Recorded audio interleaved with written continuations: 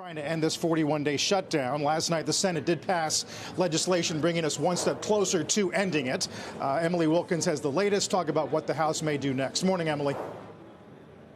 Hey, Carl. Well, yeah, 8 Democrats joined Republicans last night to pass that measure that will be to reopen the government. Part of it will be for the rest of the fiscal year. Part of it's only until January 30th. But now it goes to the House. Passage there seems very likely, even though House Democrats are whipping against the measure. Fiscal hawks in the Republican conference are already calling it a total win. We're expecting to see that vote tomorrow afternoon. Members have been told to aim for around 4 o'clock, could go a little bit later. But now the race is really on to see if those health care tax credits can be reauthorized before they expire at the end of the year.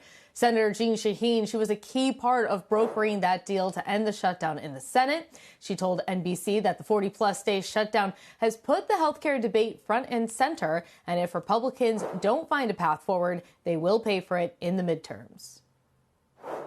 There are a number of Republicans who now recognize that this is an issue that's important to them and they need to work with us on it. And if they don't, then the American people are going to hold them accountable. Still, Republican senators that I spoke with yesterday, they're looking to make any sort of bill about more than just the tax credit, potentially making some larger changes to how the Affordable Care Act, or Obamacare as it's known, works.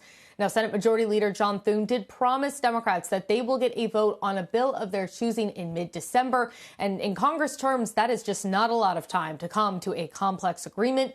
Then again, Democrats are going to have the chance at the end of January to shut down part of the government again if they are not happy with how things are going.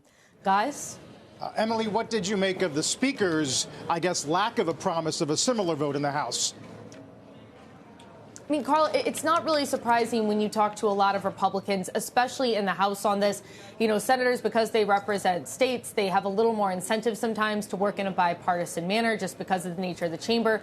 In the House, it's very gerrymandered. You have a lot of Republicans who they don't want to take any votes that are even going to be seen as even slightly in favor of that Affordable Care Act because it's Obamacare. Now, granted, there are a handful of moderates who really do want to find a path forward here, but I think Johnson is really just taking a read of where his conference is at. Even if you do get a bill in the Senate, it's going to be much, much, much harder to get any sort of agreement through the House. All right.